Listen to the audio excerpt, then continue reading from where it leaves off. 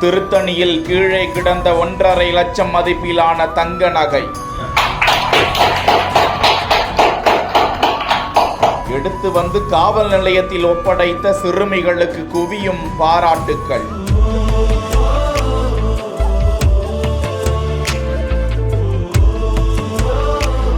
சென்னை ஜவஹர்லால் நகரை சேர்ந்தவர் கௌதம்.